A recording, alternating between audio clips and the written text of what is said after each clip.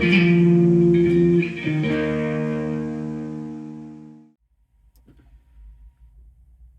right, welcome back to my messy bench. Just a quick little video on paint. I've had a couple people ask me recently about some techniques that I use, types of products, tricks, tips, all that kind of good stuff. I am not sold on one specific brand of paint. For me, it goes on color. I do tend to use acrylics. I have some enamels, but primarily I'm acrylic because I airbrush indoors. It's easy cleanup, doesn't stink. Lots of brands, lots to choose from. There are some similarities here.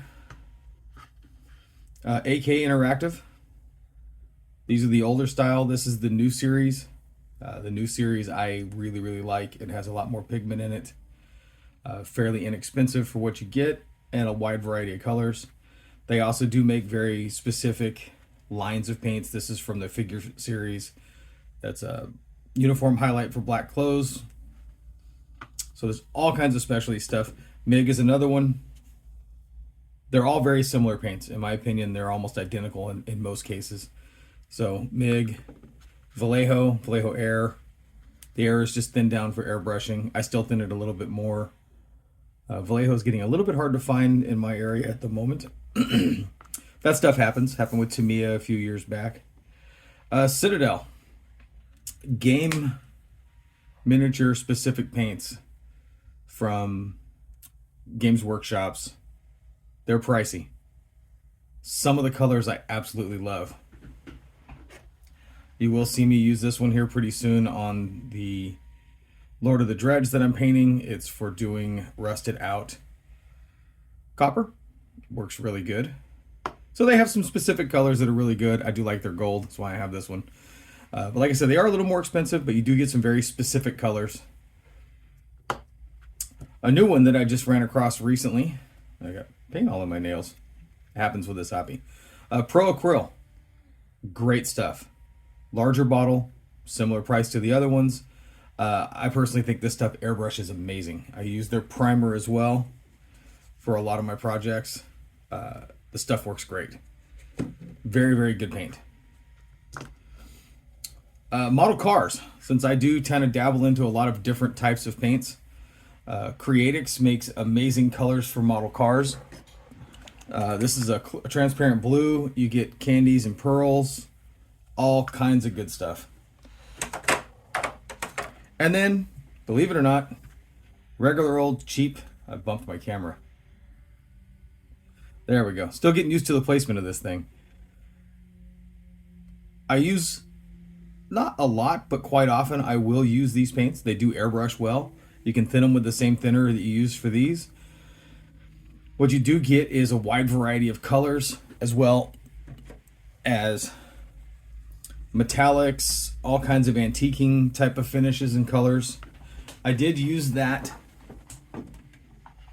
gold specifically, along with a few others, to paint and weather this. So give you an idea. You know, you can get all kinds of crazy finishes. It doesn't have to be a specific brand, doesn't have to be expensive. This stuff's, you know, $1.25 a bottle versus, you know, about $8. So I tend to go acrylic. Like I said, there's nothing real special. I will do a separate video on washes and what I call them a high pigment wash, like your Citadel contrast paints, Speed Paint by Army Painter. There are a few other ones. Secret Weapon, which is getting awfully hard to find, but Secret Weapon was another one. They're a heavy pigment wash. They're great. There's a couple different ways to use them. I tend to use them as a layering paint to get into the cracks and crevices, bring out some depth. But we will do a separate video on that. So I just want to do a quick little rundown on some of the products. Obviously, paintbrushes. I tear through paintbrushes like they're free. That's a MIG. This one's AK. I do sometimes get sets. Amazon. About $12. So as much as I tear through brushes and I'm kind of hard on them and probably don't take care of them the way I should, it's nice to be able to get some cheaper brushes at times. Sanding sticks, another one. You can get them online. You can get big packs of them now on Amazon for really cheap. It's a pretty good deal. So if you haven't done that yet, take a look. Sanding sticks on Amazon, you can get some amazing prices. And of course, you're going to want a whole variety full of little pinchy pokey things. So tweezers, good X-Acto knife, rulers, little metal edge rulers. They're handy for all kinds of stuff. A good pair of sprue cutters. I don't have my old ones around here anywhere. There they are. So for years and years and years, this was kind of the go-to standard. That's what I used for a long time. You can tell these are completely worn out. I don't even know why they're over there. Actually, we're going to go right to the trash can. Right now, it's gone. I bought these at a local store that has a lot of nail products. So they are curved a little bit, but as you can see, they're perfectly flush flat on the backside. And they were $2. So you can spend a lot of money or you can spend a little bit of money. These are my primary ones right now. I have a couple other varieties. So little clippers, toenail clippers, specific sprue cutters, whatever you have, that's what you want to cut it off the tree with. Other than that, a little homemade tool. Take my old worn out brushes, buy alligator clips by the pack, stick them onto the end of the clip. You can see I have a lot of buildup on these guys. And boom. I use these with every model that I build. So, and you know, if you haven't watched my stuff or don't know me personally, you know that I build everything. Tanks, gaming miniatures, model cars, model aircraft, larger scale tanks, science fiction kits. The Firefly gun I showed earlier was 3D printed, so I will build just about anything. Motorcycles, yeah, you name it, I will go for it at least once. Just wanted to share a little bit of information. Oh, I almost forgot glue. Ah, glue. Glue upon glue. More glue. The glue is coming out of everywhere. I don't use one specific type of glue. This is a game miniature specific glue. It works really, really well on the soft plastic that most of these miniature game figures are made with. They are a little different if you've never built them. It's a very soft plastic, and this stuff melts them together beautifully. Beautifully. My go-to glue. This one is just about dead. It's usually one of the thin cements.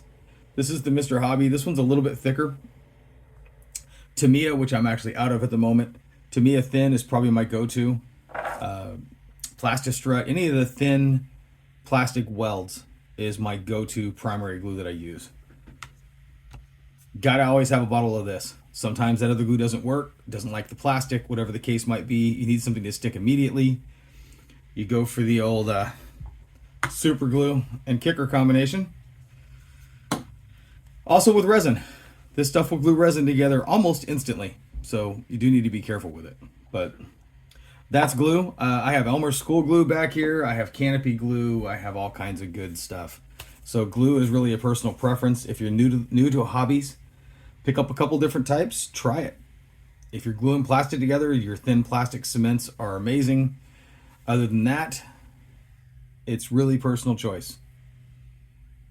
And all right, so thank you for tolerating my little blabbering.